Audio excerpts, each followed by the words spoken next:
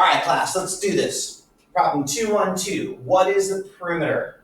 Simplifying expressions by combining like terms. Let's go ahead and read this here. Lesson 211 focused on the area of algebra tiles. Remember, we did the area to find the name of the tiles. Today's lesson will focus on the perimeter. What is perimeter? How can you find it? By the end of this lesson, you will be able to find the perimeter of complex shapes formed by collections of tiles. Now, I mean that seriously. It is challenging. By the time we're done with this lesson, there are going to be some tough problems there. Your class will also focus on several ways to find perimeter, recognizing that there are different ways to see or recognize perimeter. Sometimes with complex shapes, a convenient shortcut can help you find the perimeter more quickly. Be sure to share any insights into finding perimeter with your teammates and with the whole class. While working today, ask yourself and your teammates the following focus questions. How did you see it? How can you write it? And is your expression as simplified as possible? There are always multiple ways to write some things, and sometimes simplifying can make a big difference. And I want you to work on simplifying expressions to their simplest possible form, okay?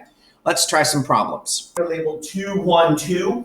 This is problem 211 we're going to do here now. This is going to take some space, so please be ready for it.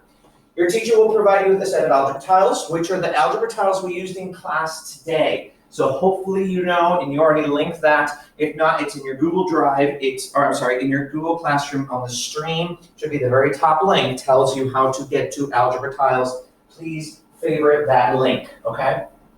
Separate one of each shape and review its name, okay? Then find the perimeter of each tile. Decide with your team how to write a simplified expression, that represents the perimeter of each tile. Be prepared to share your perimeters with the class. So I'm actually going to go to the page that we did, which is this right here with the tiles, and we're going to talk about these, okay? Now, unfortunately, because that's just the way it goes, these already tell you the name. Hopefully you are comfortable with the name. But we're going to start with the unit tile right there. So on your paper, please draw, sketch, just this unit tile, just a square. Doesn't have to be very big, okay? In fact, make it rather small. And what I want to do is I want to find the perimeter. Well, perimeter, how do we find perimeter of a shape?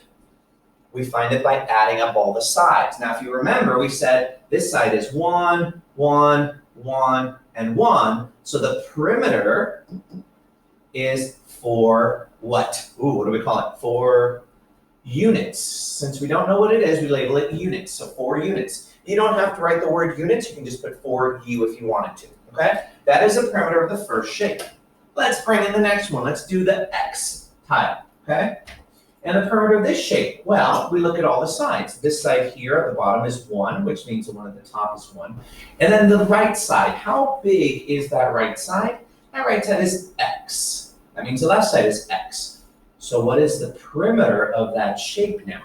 And again, you could do, it's 1 plus 1 plus X plus X.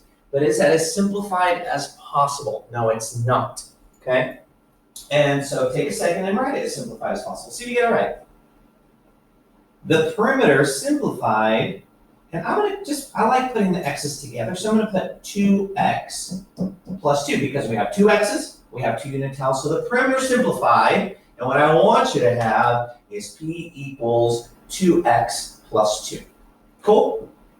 All right, so what I want to do is I want to challenge you now to try to do this next one on your own. So let's bring the X square tile here. And please tell me right now, pause the video and try labeling the sides and give me the perimeter. When you are done, when you have it, please unpause it. Okay, well, and again, if you are not sure what to do, you are always welcome to keep playing. You don't have to pause. But there are times I do want you to try. Even if you get it wrong, hey, you're at home. Just erase it, pause the video, erase it, and redo it, okay? The more you try, the more active you are, the more you learn. If you are just sitting back, relaxing, and chilling, and just kind of letting all the information kind of go as you just kind of blankly space out and watch, yeah, I know how some of you are. You're just spacing out right now, aren't you? Okay, but if you just let it go, pass by and just try to get that information, you're not going to get most of it. So please try. All right, so here we go. This side would be X, this is X, this is X, and this is X. So the perimeter should be 4x. 4x. Is that what you got? I hope so. Cool. All right, we're going to do the same thing with all the tiles. So here's the y tile. And again, please try to draw these on your paper. I know it's a little awkward to do, but please try drawing them. Okay? And there are all my tiles. Please go ahead and find the perimeter of those shapes. When you are done, please unpause it, and we will compare our answers here in just a second. Did you pause it? Did you try it? Now, this is one of those points where I want you to try it. So I don't care what you're doing. I don't care what excuses. Pause. All right, hopefully you did. Here we go. This side here is 1, 1, y, y. The perimeter should be 2y plus 2. Next shape. This is y, this is y, this is y, and this is y. So the perimeter is 4y.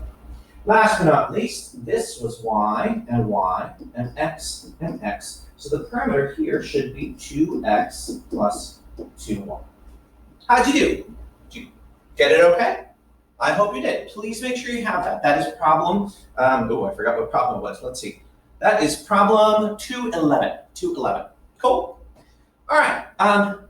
Hopefully that makes sense because we are going to challenge, I'm going to challenge you to some much more complex stuff when you get to class tomorrow, okay? Trust me. All right, problem 212.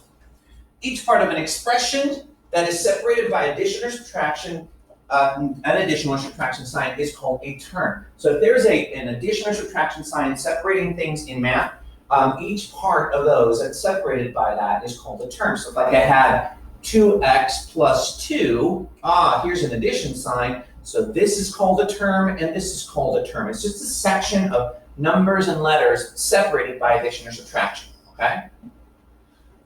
If two terms contain the same variable or variables, variables are letters. So if they have the same letter or letters, including the same exponents, if any, they are called like terms, okay?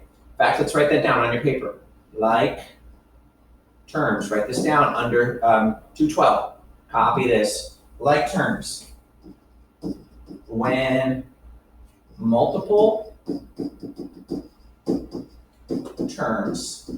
Now multiple means, hey, it could be 2 or 3 or 4, whatever, okay? When multiple terms have the same variable slash variables, okay, variable or variables, and exponents.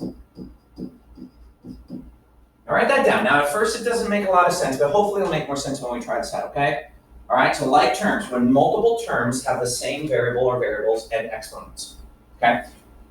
And if you need to pause it to write this down, pause it to write it down. I'm gonna erase it here in 5, 4, 3, 2, 1, 0. So here we go. Let's try it out here. Match the terms in the left column with the like terms in the right column. So I'm going to pick 1, 3x. I'm going to look at the right-hand side, and I'm going to try to figure out which one is a like term of it. In other words, it has the same variable or variables, and it has the same exponent. And if you look carefully at all these, oh, there it is right here at the bottom. 5x and 3x are like terms. Therefore, those match.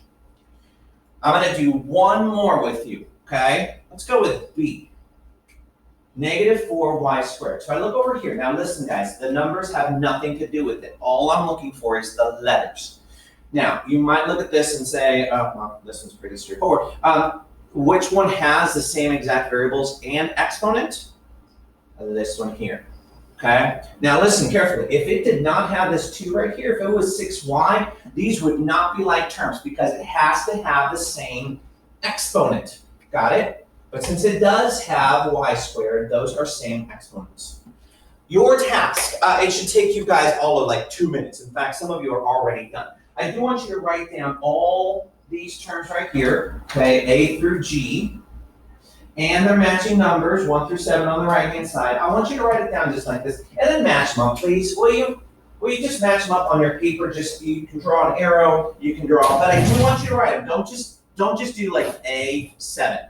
All right, this is not Battleship we're playing here, okay? So please don't just write them down. Write down the actual terms so you can actually compare them and see them. Got it?